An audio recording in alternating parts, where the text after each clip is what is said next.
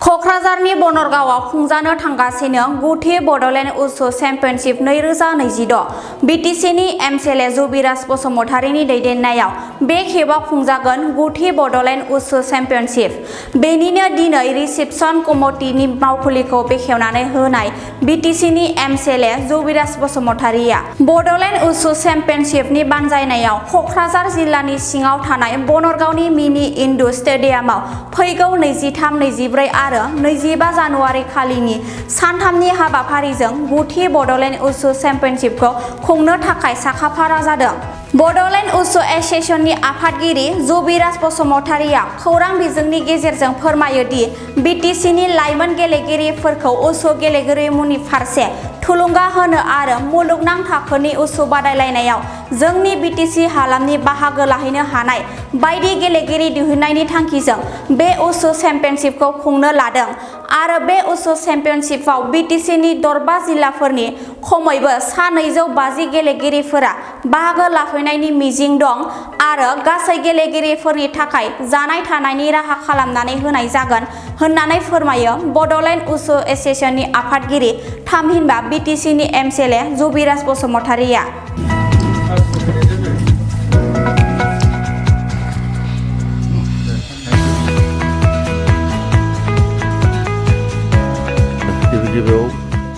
Good morning to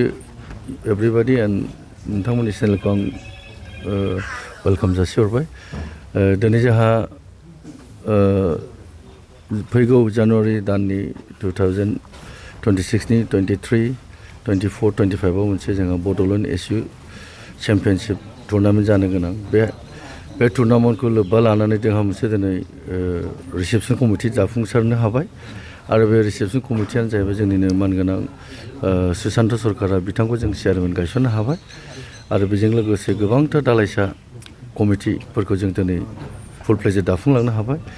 थ' आङो साफ्रोमबो बयखौबो जोंनि बिटिसिनि जेसेबां जोंनि उसुखौ मोजां मोनग्रा बा स्टुडेन्टफोर बयखौबो जोंनि नैबे क'क्राझार जिल्लानि सिङाव थानाय बनरगामि गामियाव जे टुर्नामेन्टआ जानो गोनां बाहाय बयखौबो आं वेलकाम खालामो आरो आं बिथांमोनखौ लिंहरो जाहाथे जोंनाव फैनानै मोनफ्रोमबो जिल्लानिफ्राय फैनानै जोंनि टुर्नामेन्टखौ जाफुंसार खालामफैयो आरो जाहा दिनै कमिटिया साखाफारा जाखाबाय, रेडि जाखाबाय टुर्नामेन्टखौ जों सालायनो थाखाय। गतिके जोंहा फैगौ जिहेतु जानो गोनां 2023-24-25 बाहाय जोङो मोजाङै मोजां जोङो खुंफुंसारनो हागोन। मानो होनबा जोङो कमिटिखौ गोख्रोङैनो जों दाफुंसारनो हाबाय। जोंहा बाहाय जोंहा साननांगौ गैला। जिहेतु जोङो आवगायनिफ्रायनो जोङो खेलखौ सालायबोबाय थागासिनो दंखायो। गतिके जेब्लायबो जोङो 2026 आव जोङो बे बड'लेण्ड एसु चेम्पियनशिपखौ जोङो बिटिसि जानानै जोङो जाफुंसार बा साक्सेसफुल खालामलांनो हागोन आंहा आसा दं आरो बेखौनो आं बयखौबो ओनसोलनि रायजो राजाखौ आं खावलायो जाहाथे बिथांमोना बे जोंनि सानथाम हाबाफारिखौ फैनानै जोंनि उसुखौ मोजाङै नायफैयो बा उत्साह होफैयो जाहाथे जों भबिष्यतआव जोंनि बिटिसि बासिनि जेसेबां स्टुडेन्टफोर दङ जोङो नेसनेल बा इन्टारनेसनेल प्लेयार खालामहरनो हायो। आं बेखौ मिजिं थिनानै आं दिनै बड'लेण्ड उसु एस'सिएशननि आफादगिरि जानानै गोदान बोसोरनि बयखौबो आङो शुभेच्छा जासिनानै हेपि निउ इयार जासिनानै आं बयखौबो वेलकाम खालामबाय जाहाथे जोंनो जानो गोनां प्रग्रामखौ साक्सेसफुल खालामफैनो थाखाय। जोङो कमप्लिटलि एकमडेसन प्लास थानाय फुडिं एन्ड जेसेबां स्पर्ट्सआव जोंनो मा फेसिलिटि नांगौ जों बिथांमोननो प्रभाइड खालामगोन जाहाथे जोङो बिथांमोननो मोनसेबो जोङो थानायनि जानायनिखौ जों खहा खालामा। जोंनि जा केपासिटि दं जों बिथांमोनखौ मोजाङै जों दोनगोन आरो जों बिथांमोननि थाखाय मोजाङै थाहोनो मोजां जाहोनो जों रेडि आरो प्रिपेरेसन कमप्लिट खालामखाजोबो। जोंहा मोनसे एस'सिएशनाव जोंहा मोनसे सार्टिफिकेट दंखायो। गतिके थांनाय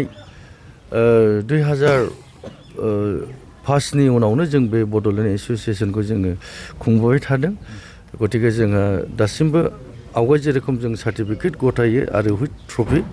जोङो मोनसे टिम हिसाबै जों ट्रफि गथायो आरो सार्टिफिकेटबो टिम हिसाबै जों गथायो आरो बिनि गेजेराव माखासे इभेन्ट्सफोर दङ हारसिं खेला गेलेनाय जायखौ बुङो जोङो दावलु बेफोरबायदि इभेन्ट्स दङ जोंहा जोंनि गेजेराव सासे जोंनिनो स्टुडेन्ट दंखायो सानमा नार्जारि ब्रह्म सानमा ब्रह्म होननाय बिथाङा जोबोद दिनै बे उसुआव बे थावलुआव बिथाङा बे सात्रआ दिनै इन्टारनेसनेल प्लेयार जाबाय बिथाङा चाइनायावबो गेलेहैबाय रासियायावबो गेलेहैबाय गोबांथार इन्टारनेसनेल जायगायाव बिथाङा बाहागो लाहैबाय आरो बिथाङा देरहासारबो जाबोबाय थाबाय आरोबाव थांनायसो एसे सिगां कमल ब्रह्म होननाय स्टुडेन्ट सासे बिथाङाबो इन्टारनेसनेलाव बाहागो लानानै चेम्पियनशिप मेडेलिस्ट जाबोदों बिथाङाबो मोनसे ब्रन्ज मेडेलिस्ट जाना फैदों गतिके जोंनाव जोंनाव ओरैबायदि मोनसे जोंनि बिटिसिआव मोनसे ओरैबायदि स्टुडेन्टफोर दं एनार्जेटिक स्टुडेन्टफोर दं बिथांमोनखौ जोङो जोबोद उत्साह होनानै जाहाथे बिथांमोननि केरियारखौ भबिष्यतआव जों लाखिहैनो हायो आं उसुनि आफादगिरि जानानै अलवेज आं कामना खालामगोन जाहाथे जेसेबां गेलेगिरिफोर दं मोनबा जिल्लायाव जों बिथांमोनखौ नेसनेल बा इन्टारनेसनेल प्लेयार गेलेनानै गाव गावनि भबिष्यतखौ दानानै लानो हायो आं उसुनि आफादगिरि जानानै आं बिथांमोनखौ खावलायो আমি আজি 9তম wushu all Bodoland wushu championship পাতিবলৈ গৈ আছোঁ আমি ৰিচিপশ্যন কমিটি হিচাপে চেয়াৰমেন হিচাপে আজি কমিটিয়ে দায়িত্ব লৈছে তো প্ৰথমতে সকলোকে নতুন বছৰৰ শুভেচ্ছাৰ লগতে আপোনালোককো শুভেচ্ছা জনাইছোঁ যে আমি 23, 24 আৰু 25 তাৰিখত বনৰগাঁৱত ইনডোৰ ষ্টেডিয়ামত মিনি ইনডোৰ ষ্টেডিয়ামত উষুৰ যিটো প্ৰতিযোগিতা হ'ব ইয়াতে 5খন জিলাৰ লগতে প্লেয়াৰসকল আহিব ইয়াতে আমি থকা খোৱাৰ আৰু স্পৰ্টছৰ যিটো ফেচিলিটি এইখিনি আমি প্ৰভাইড কৰাৰ কাৰণে আমি যোজা চলাইছোঁ আৰু আমাৰ এই বাকী কেইদিনত আমি পূৰ্ণগতিত আমি বাকী কামখিনি সম্পূৰ্ণ কৰিব পাৰিম আৰু আমাৰ যিটো 9তম উষু চেম্পিয়নশ্বিপ হ'ব ইয়াতে আমি সুন্দৰকৈ আমি পৰিচালনা কৰিব পাৰিম বুলি আশা কৰিছোঁ আমি এটা অনুমানিক লৈছোঁ 250 পৰা 300 প্লেয়াৰ্ছ আহিব লগতে গাৰ্জিয়ানসকল থাকিব সৰু সৰু ল'ৰা ছোৱালীবিলাক আহে তেখেতৰ লগত গাৰ্জিয়ানসকল আহে এতিয়া 400 পৰা 500 মানুহৰ গেডাৰিং হ'ব ইয়াতে আমি থকা আৰু খোৱাৰ ব্যৱস্থাটো সুন্দৰকৈ আমি কৰিম বুলি